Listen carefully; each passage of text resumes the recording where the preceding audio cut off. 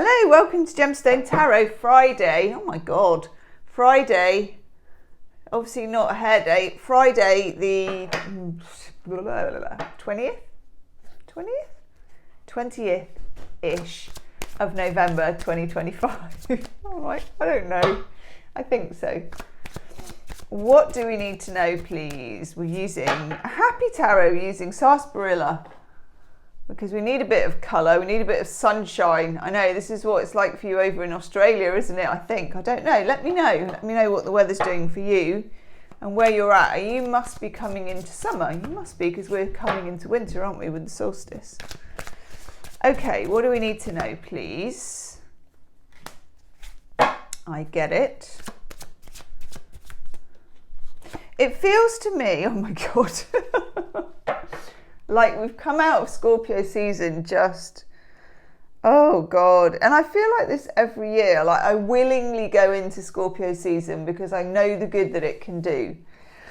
And I know the deep dive that we must make, you know, but at the same time, you're like, oh my God, what happened? You know, it's like doing the walk of shame when you come out of the Scorpio season, isn't it?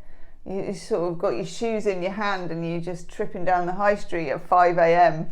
in you know, yesterday's frock or whatever, just with your hair like that, thinking, what happened? What happened?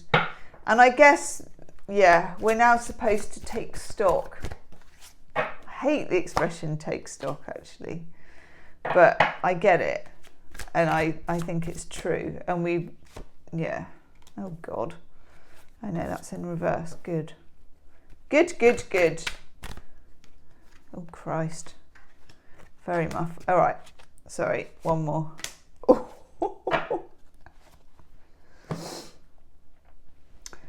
Alrighty. First card I get is Strength in reverse. A feeling of tiredness.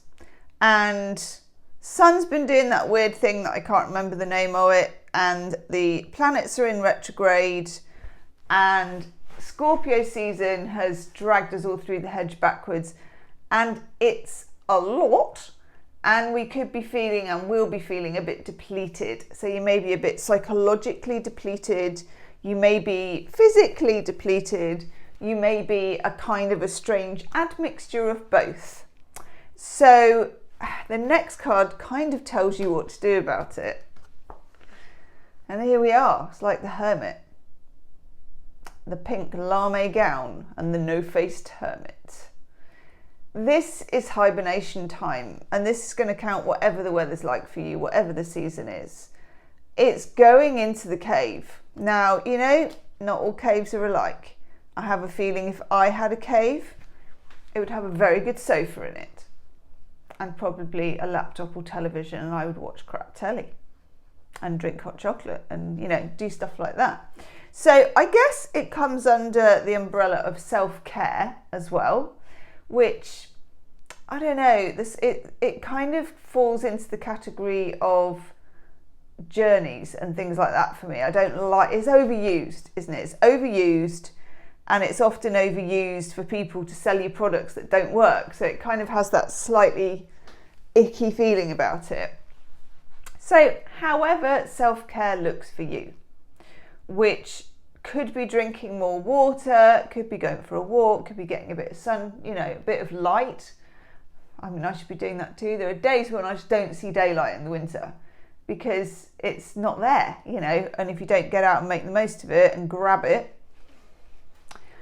So do what you need to do to keep your strength and keep your connections with the things that keep you connected. So that could be anything. It could be what you watch on your streaming thing. It could be your friend, your family, your pet, whatever. Keep your connections strong because kind of going to need them in a way. That they're going to serve you well. Then we have, in the middle of all this, Tighty Whitey Man in the Three of Wands, which is prospecting. This is like cold prospecting for me. So it's not, we're still in retrograde energy, loads of it, Mercury as well. I think it's retrograde in Scorpio now. Not the time necessarily to be signing on the dotted line but a time to be scoping out opportunities quietly while you're in the cave. You're maybe doing a bit of research, or you're maybe doing a bit of revision in your head, or you're just running through, we're kind of coming to the close of a year, we're starting another year. There's that feeling of, what do I not want to bring with me, I think.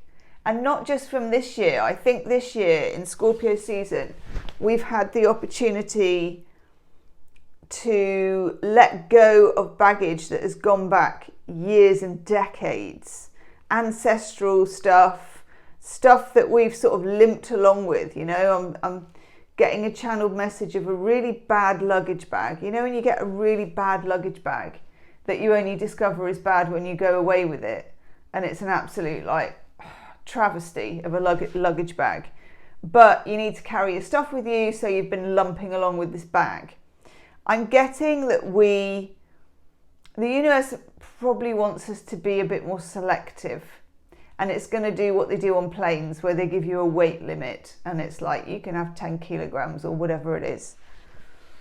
Never forget when the boy went, where did he go? He went somewhere anyway, on some sort of lad's holiday, and I was like, who's the airline? Who are you flying with? First time he'd flown as well. Who are you flying with? Wizz Air. I was like, oh my God. Wizz Air, yeah. And I think you could take on practically a napkin, and that was it for your weight. It was the most no frills thing. He wasn't bothered, he did it, but oh my God. Okay. We then have the 5 of Swords, Venus in Aquarius in reverse. This is good. Venus in Aquarius, or the 5 of Swords. I don't know, I keep saying the 2 of Swords because there's 2 swords in it, I suppose. This is underground stuff, the game of chess, things which are sort of passive aggressive, going on in the underground, people playing games with you a bit, not really knowing what the rules are, that kind of a vibe. And it's a disruptor because it's a 5, and it's just sort of feeling the frequency is off with the situation, but you can't quite name it.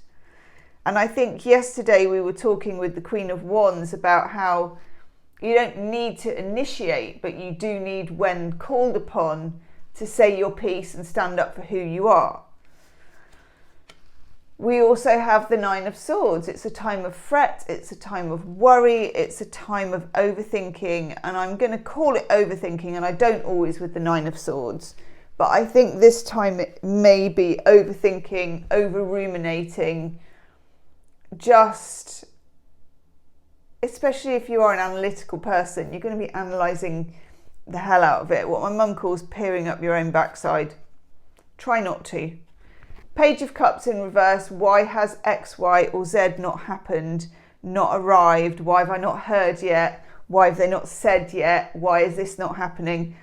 It's not happening because it's not happening. As in, it's not, it wouldn't be the right time if it did. Okay? So I think if you can get with the kind of vibe of this, it would help you a great deal. Whack on that old hermit cloak. I see people actually wearing things like that, like to keep the rain out. Whack it on, keep the rain out, keep the weather out. Accept that it's not the right time for whatever it is that you're waiting for to show up. And then this guy shows up at the end, the devil. I know. The devil is very invested in keeping you tugging around that crap luggage holdall that holds everything but is so uncomfortable. The devil keeps you chained to things. It's toxic. It doesn't want fresh energy to break in or fresh ideas. It's like, I want to keep it this way. I want to keep them lugging that luggage around, that emotional baggage from year to year, because in the lightness of letting it go, they may discover something that buys them quite a lot of freedom, actually, and really gets them somewhere. And the devil is not about that. The devil is about keeping you in chains. Okay? So this is the prospecting without actually sort of doing anything or signing on the dotted line. And just having that awareness, actually, that your brain tries to keep you safe and the devil just tries to keep you stuck. That's a lot.